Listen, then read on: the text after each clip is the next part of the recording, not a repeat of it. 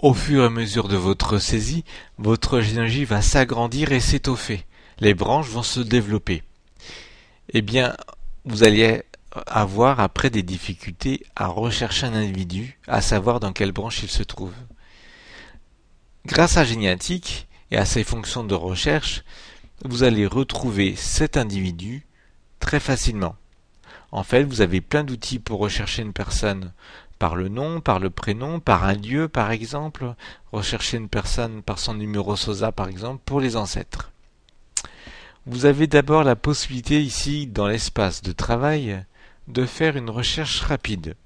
Vous tapez le début d'un nom par exemple, il apparaîtra toutes les personnes dont le nom commence ici par Guy. Guillard, Guillermo, Guillaume, Guillaume. Donc tous les noms que vous avez saisis dans votre généalogie.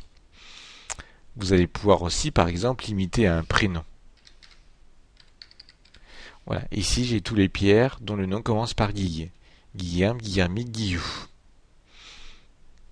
Ensuite, eh bien, on va effacer ça. Je vais mettre un autre nom. Egarat, donc ici j'ai tous les porteurs du nom. Ici j'ai un affichage en colonne qui me permet de voir chaque personne sur une ligne, avec les années, le numéro SOSA quand il s'agit d'un ancêtre. Si vous ne savez pas ce qu'est un SOSA, allez sur le site guidegenealogy.com et vous aurez des informations dans la rubrique numérotation. Nom, prénom, parent, conjoint. Voilà. Il suffit de cliquer sur un individu pour qu'il apparaisse ici dans l'arbre généalogique. Vous avez cet affichage en colonne, mais vous avez aussi un affichage par branche. Au lieu d'avoir une ligne par individu, vous allez voir automatiquement si les personnes sont toutes reliées entre elles. Toutes les personnes peuvent descendre d'un même ancêtre, comme vous pouvez avoir différentes branches égarates dans votre généalogie. Et bien là, vous le voyez tout de suite, vous avez ici différentes branches, plus ou moins développées. Par exemple ici, on voit tout de suite Marguerite Le Hégarat, elle est toute seule. Elle n'a pas de parents, elle est épouse de Jean Brézélec, elle a une descendance, mais nous n'avons pas ses parents. Ça permettra peut-être de lancer une recherche sur cet individu pour essayer de voir si elle n'est pas reliée aux autres branches. Vous avez aussi un affichage en images afin de voir tous les médias qui sont associés à un nom de famille, que ce soit des actes ou des photos par exemple. Vous avez une autre possibilité, c'est ici de faire une recherche sur les personnes de l'arbre affiché. On va faire un affichage en colonne. On va faire une vue d'ensemble sur cet arbre généalogique.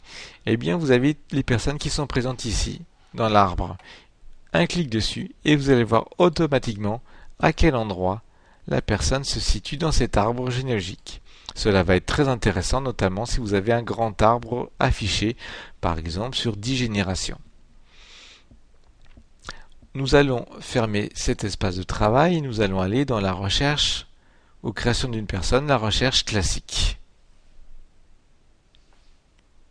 Dans la recherche classique, vous avez 4 possibilités. La recherche par SOSA, la recherche par ABC, le dictionnaire des personnes, la recherche par critères, la recherche d'incohérence.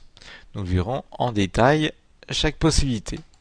Dans SOSA, vous allez chercher par exemple le numéro 100 qui va vous permettre d'afficher directement ici Jean Lonos le numéro 100. Vous pouvez aussi choisir d'afficher les 7, 8, 9, 10 premières générations des ancêtres du SOSA 1.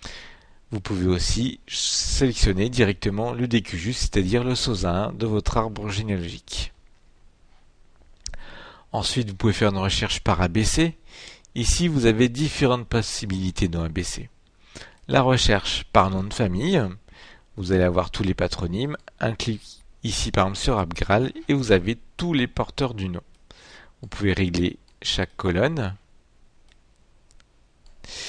Vous pouvez aussi cliquer sur chaque colonne pour régler, par exemple, sur la profession, sur les conjoints ou sur les parents.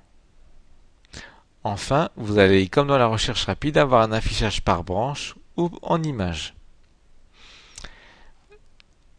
Si vous souhaitez, vous pouvez faire une recherche par lieu.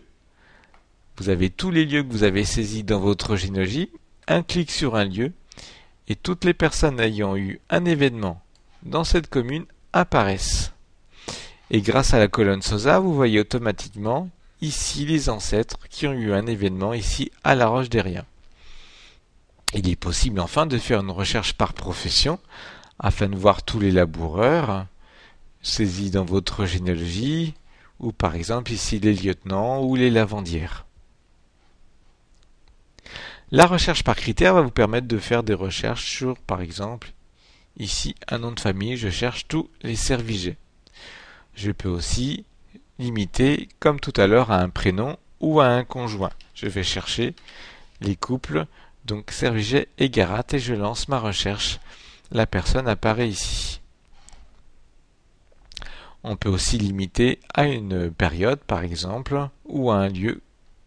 Vous pouvez aussi lancer, grâce au bouton Autre recherche, des recherches un peu plus poussées, par exemple, tous ceux qui sont célibataires, tous ceux qui ont un événement dans un département, ou tous ceux qui ont eu des mariages multiples, par exemple. Vous faites OK, vous allez avoir la liste de toutes les personnes qui ont eu plus de 2 mariages. Ici, voilà, on a la liste de tous les conjoints. Tout ce que vous recherchez, eh bien, ça permettra d'afficher la personne dans son arbre généalogique en cliquant dessus et en cliquant sur sélection de la personne. Voilà, elle apparaît directement dessus. Donc, une fois sélectionnée, vous pourrez retravailler sur sa fiche, saisir des nouvelles informations ou des nouvelles personnes liées à cet individu. Parents, conjoints, enfants, par exemple. Dans la recherche d'une personne, eh bien, vous avez des options ici qui vont vous permettre, par exemple, d'imprimer cette liste dans un traitement de texte, et de l'enregistrer et de l'imprimer grâce au fichier enregistrer ou imprimer. Eh bien, nous avons vu toutes les possibilités de recherche, mais vous pouvez aussi rechercher toutes les fiches incohérentes.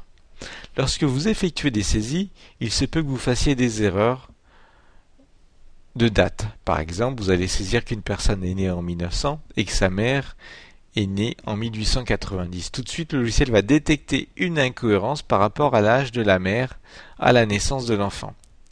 Et bien, dans la partie incohérence, vous pouvez rechercher les fiches incohérentes afin, à chaque fois, de travailler dessus. Donc, la recherche s'effectue et les personnes apparaissent ici au fur et à mesure. Et bien, on va abandonner l'exploration et on va sélectionner cet individu. On le voit effectivement ici, grâce au bouton qui est devenu rouge, qu'il y a une incohérence. Et bien, grâce ici à l'écran, on va tout de suite voir le problème. 6 mois d'intervalle minimum entre 2 naissances. Apparemment, effectivement, il y a au niveau de ces enfants un problème de date de naissance. Si on retourne dans la recherche, on va pouvoir faire ici visualiser l'arbre pour avoir le résultat et passer d'une personne à l'autre afin de voir les problèmes d'incohérence. Donc grâce au logiciel, même si vous saisissez beaucoup de personnes, vous pourrez facilement retrouver un individu grâce aux fonctions de recherche avancées du logiciel.